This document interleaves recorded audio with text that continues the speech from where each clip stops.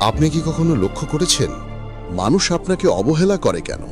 আপনি যতই ভালো হন তারপরেও তারা যেন আপনাকে পাত্তাই দেয় না। কিন্তু কেন জানেন?